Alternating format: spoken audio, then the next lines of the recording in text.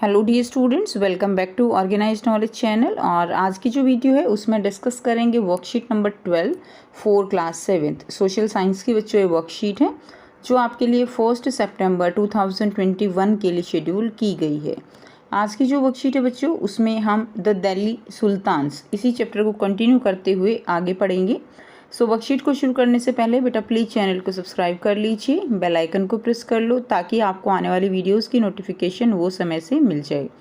सो यहाँ पे आपको क्या दिया गया है, आपको कुछ मस्जिदों के जो है यहाँ पर पिक्चर दी गई है। जैसे ये क्या है, ये कुवैत अल इस्लाम जामा मस्जिद है, ठीक है, जामा मॉस्क है, ये बेगमपुरी मॉस्क है, ये मोट की मस्जिद है और ये है मॉस्क ऑफ जमाली कमाली। तो आपको क्या करना है, आपको जो ये मस्जिद हैं इनके बारे में इनसे रिलेटेड इन्फॉर्मेशन, ठीक है, वो अपनी टेक्स्ट बुक से कलेक्ट करनी है। Collect some useful and other related information related to the period of construction of the above shown pictures with the help of your text book। तो आपकी जो टेक्स्ट बुक है बच्चों वो आपको पढ़नी है और उसमें इससे रिलेटेड जो इन्फॉर्मेशन दी गई है वो आपको कलेक्ट करनी है। तो ये जो एक्टिविटी है ये आपको खुद से करनी है। सो आगे देखिए क्या दिया गया है। The early Delhi sultans, especially Iltutmish, favored their special slaves rather to appointing aristocrats and landed chiefs as governor। यहाँ पर क्या बताया गया है कि जो दिल्ली में बेटा स्पेशली अर्ली जो दिल्ली के सुल्तान थे, स्पेशली यहाँ पर नाम किसका है, इल्तुतमिश का है विशेषकर। उन्होंने क्या किया था, वो क्या करते थे, वो फेवर करते थे अपने जो स्लेव्स हैं, अपने जो नौकर हैं, ठीक है ना, स्लेव्स गुलाम जिनको बोलते हैं, स्लेव्स क्या होते हैं, गुलाम, उनको अपॉइंट करना जो है वो फेवर करते थे एज़ कम्पेयर टू कि जो सूबेदार होते हैं, जमींदार होते हैं, सामंत जो होते थे, जमींदार होते थे, ठीक है, उनकी जो है जगह पर वो अपने जो स्लेव्स थे उनको क्या वो उनको नियुक्त करते थे, अपॉइंट करते थे governor. They were purchase for military service called बंदगा इन पर्सियन। उनको जो है मिलिट्री सर्विस के लिए परचेज किया जाता था, जिनको क्या कहा जाता था, पर्सियन में उनको बंदगा कहा जाता था।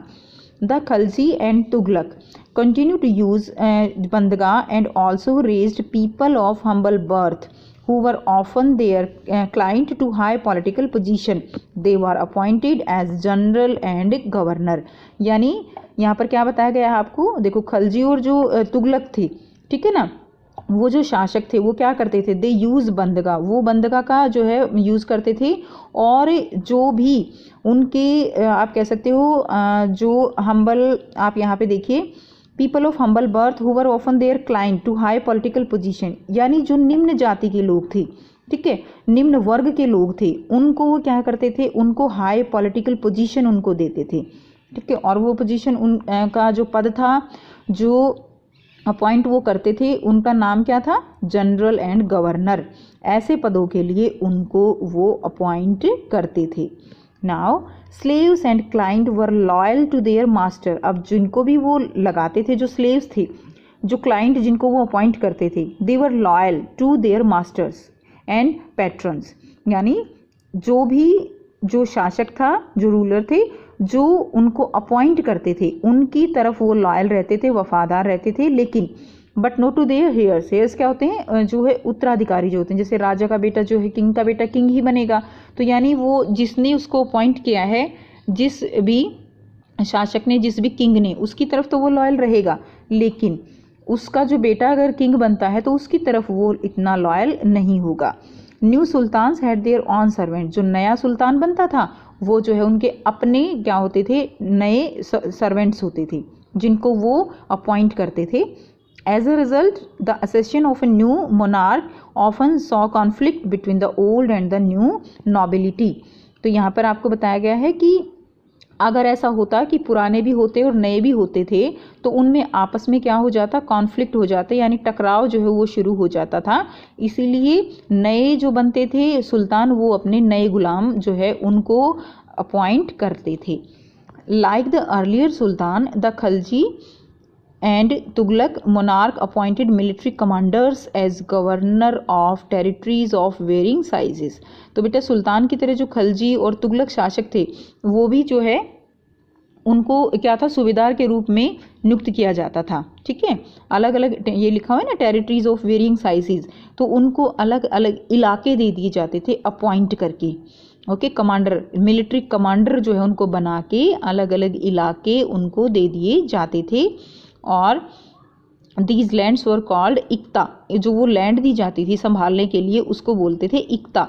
और इनको and their holders was called इक्तार एंड मुक्ति, तो उनके जो होल्डर्स थे उनको क्या बोला जाता था, उनको इक्तादार या मुक्ति जो है वो बोला जाता था। यानी जो भी नए अपॉइंट करते थे उनको एक पर्टिकुलर लैंड दे दी, लैंड को इक्ता बोला गया। ठीक है, लैंड को क्या बोलेंगे हम, इक्ता, और उसके जो संभालने वाले हैं उनको बोलेंगे इक्तादार या मुक्ति।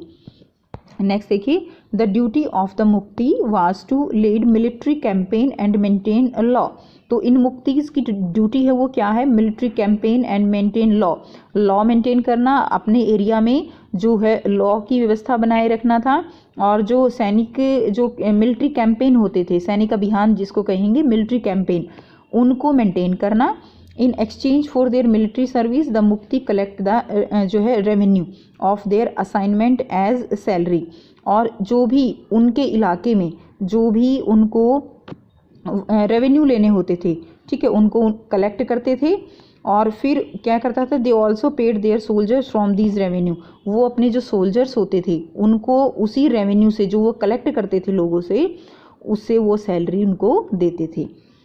कंट्रोल ओवर मुक्तिज वाज मोस्ट इफेक्टिव, अब जो ये मुक्ति थे जो अलग अलग इलाके संभालते थे, इनके ऊपर कंट्रोल जो है वो करना बहुत ज़रूरी था।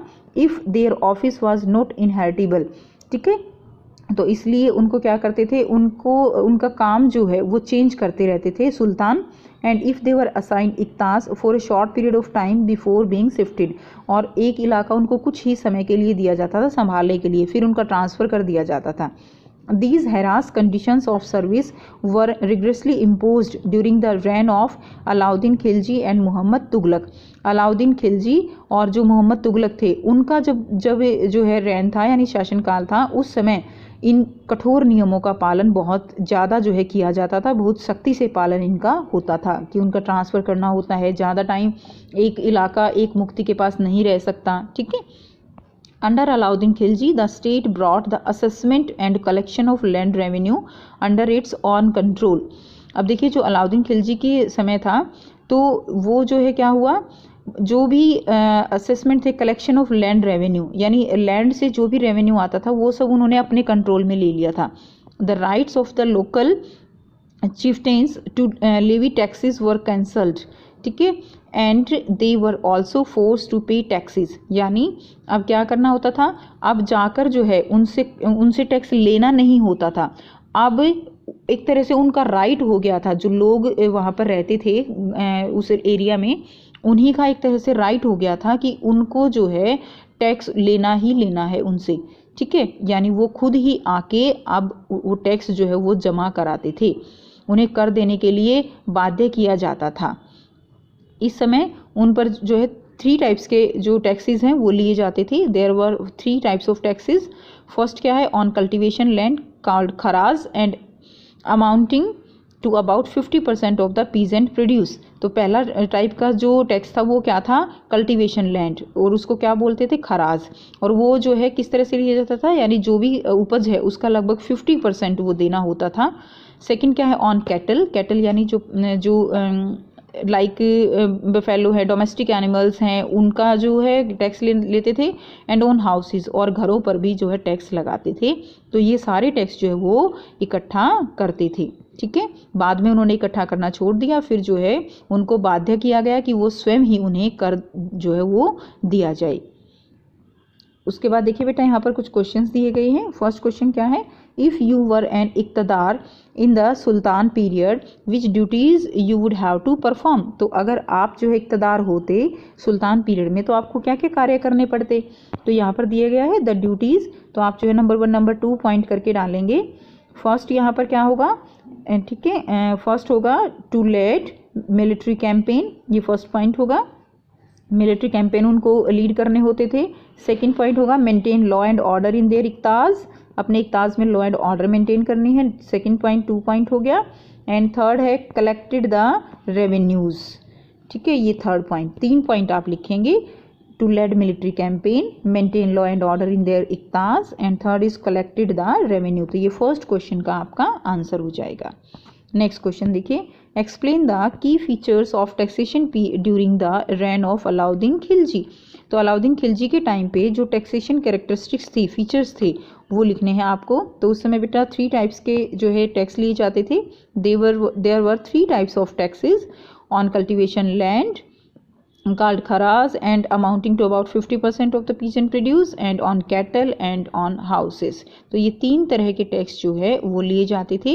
और बाद में जैसे कि यहाँ पर बताया गया है कि पहले तो वो छीनते थे, लेकिन बाद में क्या था, बाद में जो है वो छीना नहीं जाता था, उनको बाध्य किया गया कि वो खुद ही जो है वो टैक्स देंगे। ठीक है, तो यहाँ से बेटा यहाँ तक आप इसका आंसर लिख दीजिए। ओके, तो ये क्वेश्चन नंबर 2 का आपका आंसर हो जाएगा। सो ये थी बच्चों आपकी आज की वर्कशीट। आई होप आपको वर्कशीट क्लियर है। कोई भी प्रॉब्लम है आप कमेंट करके पूछ सकते हो। वीडियो अच्छी लगी तो लाइक शेयर कीजिए, चैनल को सब्सक्राइब कीजिए, and thanks for watching. Have a nice day.